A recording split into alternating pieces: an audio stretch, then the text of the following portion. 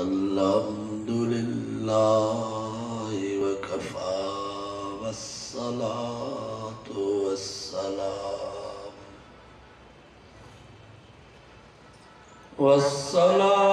वस्सलामु अला सय्यिदिर रुसुलि व खातमिल अंबिया अम्मा बअदु फ़अऊज़ु बिल्लाहि मिनश शैतानिर रजीम बिस्मिल्लाहिर रहमानिर रहीम अलम तर कैफ़ ज़रबल्लाहु मसलन कलिमतन तय्यबतन कशजरतिन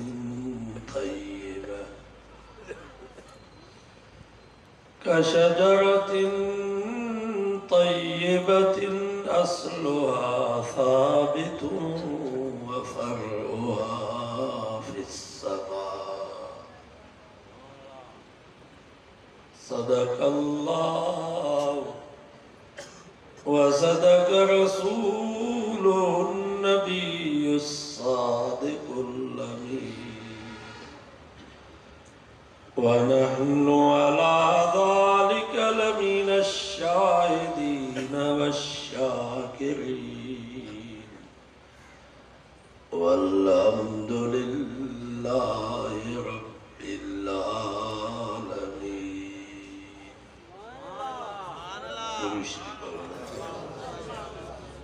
अल्लाहुम्मा सल्लि अला मुहम्मदिन व अला आलि मुहम्मद कमा सल्लैता अला इब्राहीम व अला आलि इब्राहीम इन्नका हमीदुम मजीद। तेरे सितारे सूरत इब्राहिम जी की आयत तिलावत की हुई है। इन आयत में अल्लाह ताला को मसलो समझाने के लिए को मिसाल बयान फरमाई अलम तर कैफ़ ज़रबल्लाहु मसलन कलिमतन तय्यबा। रब फरमायो जेको भी तव्हांजे ज़ुबान मां भलो लफ्ज़ निकतो तव्हांजे ज़ुबान मां निकतो ला इलाहा इल्लल्लाह तव्हांजे ज़ुबान मां निकतो सुब्हानल्लाहि व बिहम्दिही सुब्हानल्लाहिल अज़ीम। फरमाई जेको भी तव्हांजे ज़ुबान मां भलो लफ्ज़ निकतो कशजरतिन तय्यबा जो त ज़मीन में भलो वण पोखियो।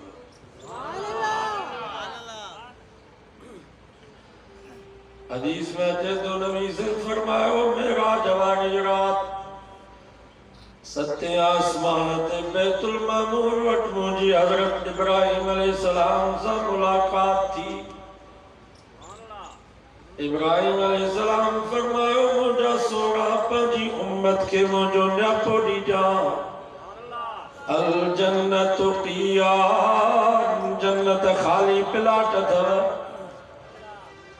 हाणे जेको तुंहिंजो उम्मती ज़मीन ते पढ़ंदो सुब्हानल्लाह व बिहम्दिही सुब्हानल्लाहिल अज़ीम। अल्लाह ताला तुझे उन्हें उम्मती जेला जन्नत जे उन खाली प्लाट में हिकिड़ो वण थो पोखराए जो 500 साल भले घोड़े के उन वण जे थुड़ जे घट सां बिहारे करे ढुकायो पर उन वण जे लाम जी चाव खां फुटंदी एॾो वॾो वण थो पैदा जन्नत खाली। असांजा हज़रत सैयद रहमतुल्लाह अलैहि फरमाईंदा जॾहिं माण्हू ज़मीन ते ज़िक्र कंदो आहे कुरान मजीद जी तिलावत ज़िक्र जी मजलिस में कुरान मजीद जे मजलिस में वेंदो आहे तो ते जन्नत जे बंगलनि में ठक ठक शुरू थी वेंदी आहे। बंगले जो कमु हलंदो त ठक ठक थी राजा शुरू बनंदा हथोड़ा हणंदा ॾखण वावड़ो वाहींदा ठटको थींदो बिजली वारा कमु कंदा ठटको थींदो। फरमाईंदा जॾहिं बानो ज़मीन ते ज़िक्र कंदो आहे ज़िक्र जी मजलिस में कुरान मजीद जे मजलिस में वेंदो आहे त जन्नत जे बंगलनि जो कमु शुरू थी वेंदो आहे। पर जॾहिं महिल बानो अल्लाह जे नाले खां गाफ़िल थी वेंदो आहे तो हे फ़रिश्ता बि तेशूं ऐं मारा उछलाए हथ ॿधी वेही रहंदा। माना जन्नत जा बंगला बि हिते तयारु कया बाग बागीचा भी हिते तयारु जन्नत भी हिते अथव जहन्नम भी हिते अथव जहन्नम भी ख़ाली अथव। वतायो फ़क़ीर हुयो सियारे जी रात हुई रात जे पोइ पैर में अमर जे पुट वताया उथी पाड़े में को टांडो खणी आया त बाहि बारे हथ सेकियो छो त पुराणे माण्हूअ खे बाहि जी सियारे में लॻो थो वताए जो अम्मा गोठ में सदोरो पुट मां ईअं न कोन थियो हा त ॿिया बि भागा किथां थिया हूंदा। अमर चयसि पुट फलाणा निमाज़ी आहिनि उहे सवेल उथंदा आहिनि बाहि बारे चई अम्मा न आधी राति पई आहे कोई कोन थियो आहे सुम्ही पियो हिन महिल टांडो किथां मिलंदो त अम्बर कावड़ में चयसि भला जहन्नम टांडो खणी आ त वताए चयो मां जहन्नम भी ख़ाली आहे टांडा हितां खणंदा वञनि। हिते जेके नेकियूं कयूं था उहे बागनि जी सूरत में बंगलनि जे सूरत में नहरुनि जे सूरत में हूरुनि ऐं गिलमाननि जे सूरत में हिते जेके असां गुनाह कयूं था के टाटनि जी सूरत में के बाहि जी सूरत में के बलाउनि जी सूरत में के विछुनि जी सूरत में जन्नत भी हिते तयारु करणी अथव जहन्नम भी हिते तयारु करणो आहे। हाणे तव्हांजी मर्ज़ी आहे जेको रस्तो वठो ज़ोर जी मेंदी न आहे फ़रिश्तनि जी इबादत गैर इख्तियारी आहे। जीअं अल्लाह साईं फरमायो सब्बिहूनल लैल वन्नहार ला यफ्तुरून कुरान तो फरिश्ता रात ॾींहुं अल्लाह जी इबादत था कनि जेके क़याम में त क़यामत ताईं क़याम में जेके रुकू में त क़यामत ताईं रुकू में जेके सजदे में त क़यामत ताईं सजदे में जेके हमदई तस्बीह में त क़यामत ताईं हमदई तस्बीह में ला यफ्तुरून कुरान तो फरिश्ता थकजनि कोन था उन्हनि खे कोई इख्तियार न आहे उहे पंहिंजे वस में न आहिनि पर इंसाननि खे रब इख्तियार ॾिनो आहे। ही जन्नत जो रस्तो अथव ही जहन्नम जो रस्तो अथव ही हिदायत जो रस्तो अथव ही ज़लालत जो रस्तो अथव ही ईमान जो रस्तो अथव ही शिर्क जो रस्तो अथव ही इस्लाम जो रस्तो अथव ही कुफ्र जो रस्तो अथव। हाणे पंहिंजी मर्ज़ी सां पंहिंजे इख्तियार सां जेको रस्तो वठो। मां तव्हां खां पुछां थो कंहिंखे ख़बर न आहे त ज़िना ख़राब आहे ख़बर मुसलमान त चवंदा त ज़िना ख़राब आहे पर काफ़िर बि चवंदा त ज़िना ख़राब आहे। कंहिंखे ख़बर न आहे त कूड़ ख़राब शइ आहे कंहिंखे ख़बर न आहे त चोरी पराओ हक़ खाइणु तमामु वॾो गुनाह आहे कंहिंखे ख़बर न आहे त नमाज़ न पढ़णु गुनाह आहे कंहिंखे ख़बर न आहे त व्याज भली शइ न आहे सभिनीनि खे ख़बर आहे। कॾहिं कॾहिं तव्हां ॾिसंदा हिंदुनि जूं मायूं वाणियुनि जूं मायूं भीलनि जूं मायूं का मर्द ते नज़र पवंदी अथनि त उहे बि पंहिंजे मुंहं ते पोती ॾींदियूं आहिनि पलव ॾींदियूं आहिनि जीअं ॿियनि जी नज़र असां ते न पवे। हालांकि हिन में हिंदुनि जे माईअ मोली जोगी जो वाइस त कोन ॿुधो आहे कुरान मजीद जो हुकुम त हिन कोन ॿुधो आहे पोइ बि उहा सम्झे थी त पर्दो औरत जी इज़त आहे बेपर्दगी सही न आहे।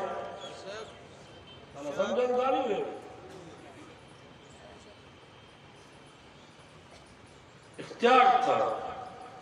तव्हांजी मर्ज़ी आहे सॼो ॾींहुं होटल ते ड्रामा जी फिल्मूं ॾिसो, तव्हांजी मर्ज़ी आहे सॼो ॾींहुं मस्जिद में नफ़िल पढ़ो, तव्हांजी मर्ज़ी आहे सॼो ॾींहुं घर में क़ुरान ॿुधो, तव्हांजी मर्ज़ी आहे सॼो ॾींहुं घर में मौसीक़ी राग ॿुधो, तव्हांजी मर्ज़ी आहे हलाल खाओ, तव्हांजी मर्ज़ी आहे हराम खाओ, हाली तव्हां सां हिसाब न थींदा। बाक़ी जॾहिं तव्हां जूं अखियूं बंदि थींदियूं अकेलो क़ब्र में तव्हांखे सुम्हारे ईंदा, मर मिटीअ जा मथो विझी ईंदा, रब फरमा पोइ तव्हां सां हिसाब थींदा। दुनिया दारुल अमल वल आखिरत दारुल जज़ा। दुनिया अमल जो घर आहे, बदले जो घर न आहे। मरण खां पोइ बदिलो आहे, मरण खां बाद अमल न आहे। मतां ईअं सम्झो त निमाज़ ते न वेंदासीं त रब फ़रिश्तनि खे दांटी ॾींदो त वञो सुबुह ते ॿधी वठी अचोसि मस्जिद में, ईअं कोन थींदो। मतां तव्हां सम्झो त व्याज खाईंदासीं त उते जो उते मोह कारो थी वेंदो, न बाबा ईअं न। मतां ईअं सम्झो त निमाज़ पढ़ंदासीं त ॿाहिरि निकिरंदासीं त 5000 जो नोट मिलंदो, न अञा ग़रीब घणा थींदा, अञा मिसकीनी वधंदव। जीअं रब ते वेझो ईंदो त इम्तिहान अञा घणा। बाक़ी मरण खां बाद पोइ साईं मुनकर नकीर फ़रिश्ता निमाज़ी वठी ईंदा हिसाब जे लाइ, जंहिंजा डोरीअ जेतिरा ॾंद नीरियूं ऐं साईं उन्हनि जूं अखियूं। चवंदा बाबा हिसाब किताब ॾे त निमाज़ी चवंदो दऊनी, मूंखे छॾियो त मां टे भरे ॾींहुं निमाज़ पढ़ां।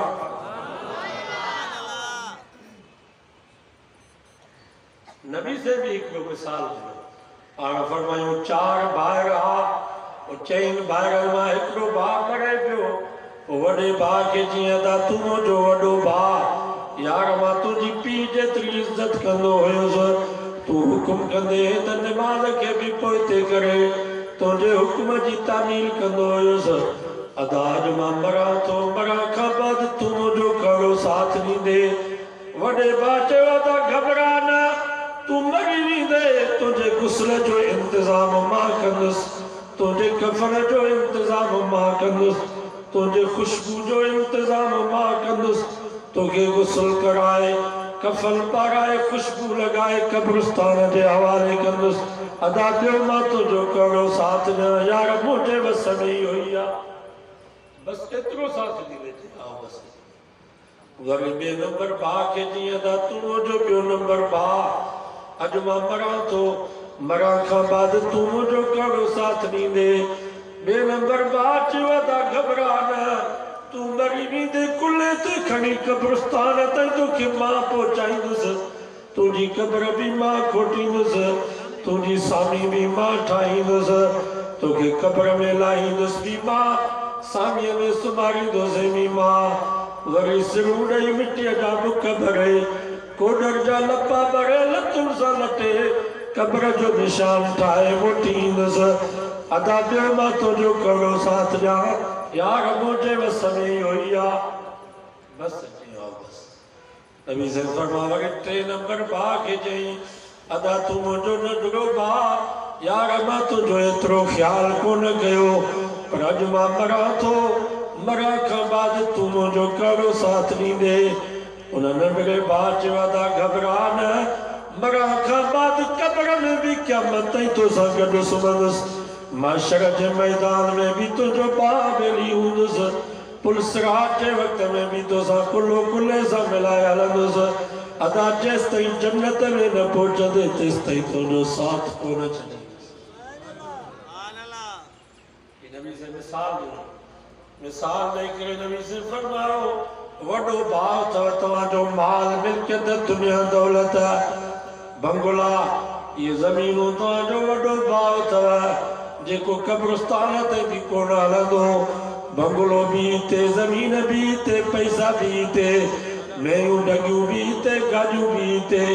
या हलंदियूं ये मेयूं डगियूं या गाड़ी। मलाड़ में हिकिड़ो ज़मींदार हुयो, उनजो जनाज़ो पढ़ायो, 80 लख जी पराडो गाड़ी हुयसि, घर में एसी, बंगले में एसी, गाड़ीअ में एसी। जॾहिं बि ज़मीन ते वेंदो त गाॾी तां हलांदो हो, एॾो नाज़ुक हारन के कमदारन के भी गाड़िया में विहारे सम्झाईंदो हो पर जॾहिं मरी वियो उन जो लाश निटर उस में पियो बंगुलनि में एसियूं पयूं हलनि घरनि में एसियूं पयूं हलनि निटर उस में उन जो लाश पियो जनाज़े खां बाद उन जो लाश ई मज़दा गाड़ी जंहिंमें पीढ़ीअ ते माल खणबो आहे इन मज़दा गाड़ी ते उन जो लाश खणी कब्रिस्तान ते पहुचायो नबी से फरमायो तुंहिंजो वॾो भाउ अथव जेको कब्रिस्तान ते बि कोन हलंदो वध में वध इहो वॾो भाउ जेको माल आहे इन मां गुस्ल जो इंतज़ाम कंदा कफन जो इंतज़ाम कंदा खुशबू जो इंतज़ाम कंदा किथे किथे त सदोरा पुट उधर ते कफन वठी ईंदा आहिनि त फसुल लहे त पोइ बाबे जा कफन जा पैसा ॾींदासीं फरमायो ॿियो नंबर तव्हांजो भाउ तव्हांजो आल अयाल अथव इहो तव्हांजो ॿियो नंबर भाउ अथव आल अयाल में बि अधु त घर में मोकिलाईंदा अम्मा बि घर में मोकिलाईंदी न्याणी बि घर में रोई मोकिलाईंदी घरवारी बि घर जे दरवाज़े ते रोई मोकिलाईंदी मासी नानी भी घर में मोकिलाईंदी चाची मामी भी घर में मोकिलाईंदी जनाज़े गाह ते भी कोन ईंदियूं बाक़ी पुट पोटा हलंदा भाइर भाटा हलंदा मिट माइट दोस्त बाब कब्रिस्तान में हली करे उहे भी बेवफा थी मोटी ईंदा खट भी खसींदा बिस्तरो भी खसींदा 3 गज ज़मीन जा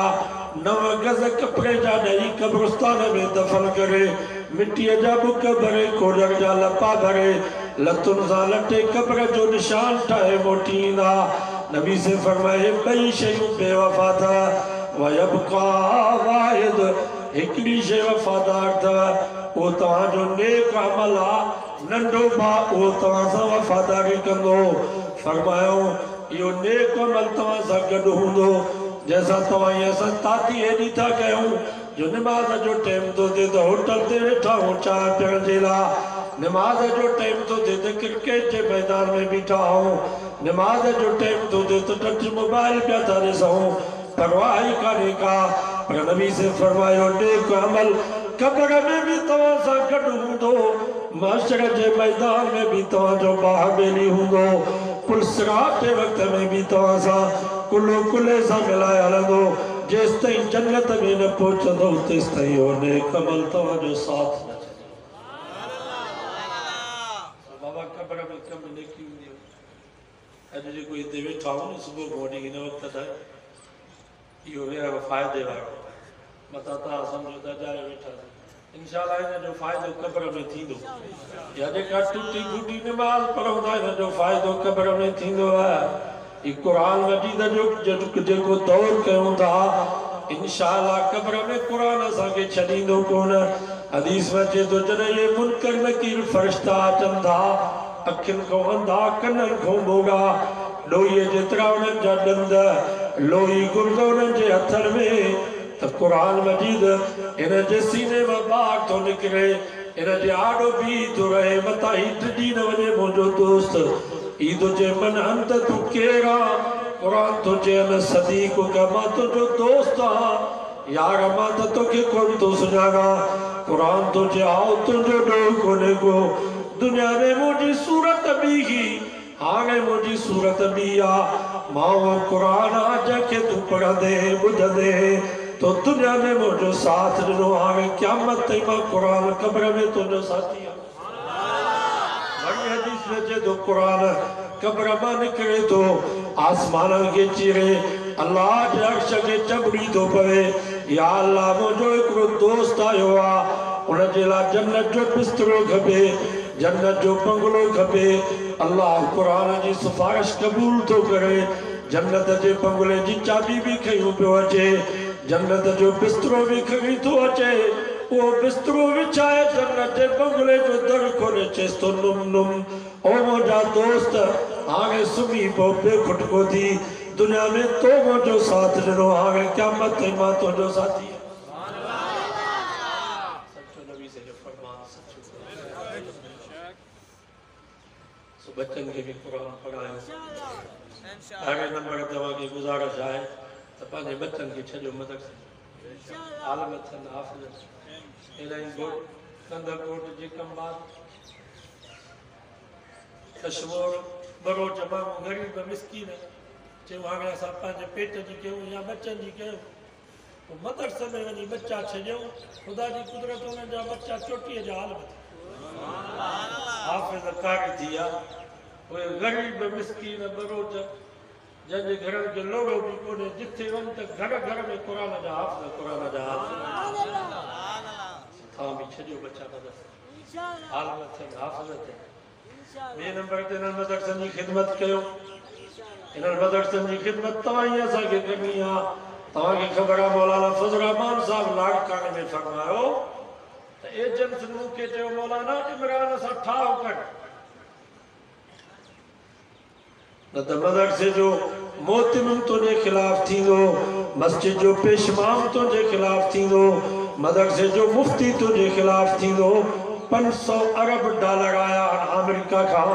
मौलविन के खरीदण जे लाइ पर मौलाना फरमायो भली बुख भरम जी शलन शान असां पिनी करे मदरसा हलाईंदासीं तव्हांजे पैसे ते मुंहिंजी जमायत थुक बि न नारे तकबीर